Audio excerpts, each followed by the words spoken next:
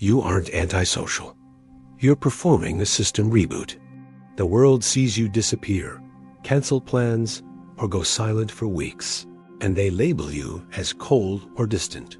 That is their first logic error. For a Gemini, solitude isn't a rejection of others. It's the restoration of the operating system. While most people process morning coffee, your Mercury-ruled mind has already branched into 10 different tactical outcomes. Your brain doesn't idle, it overclocks.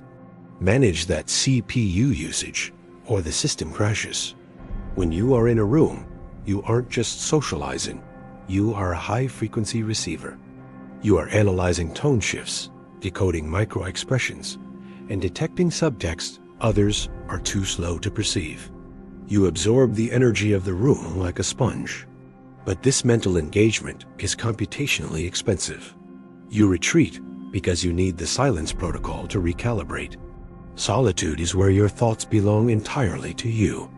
It is the only place where you don't have to downregulate your intelligence or adjust your humor to fit the average frequency of the room. In solitude, you exist unfiltered.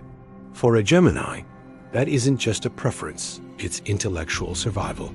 People see your charm and adaptability and assume you thrive on constant connection. They don't see the mental fatigue.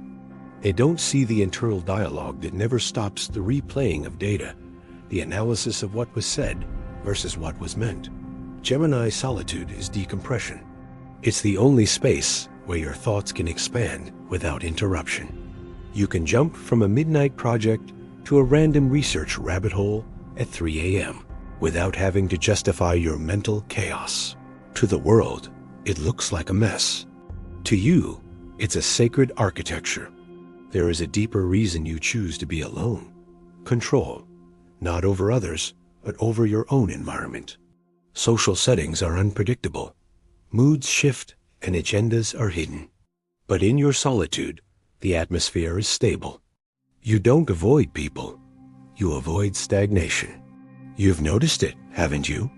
The more you evolve mentally, the smaller your circle becomes. This isn't arrogance, it's alignment.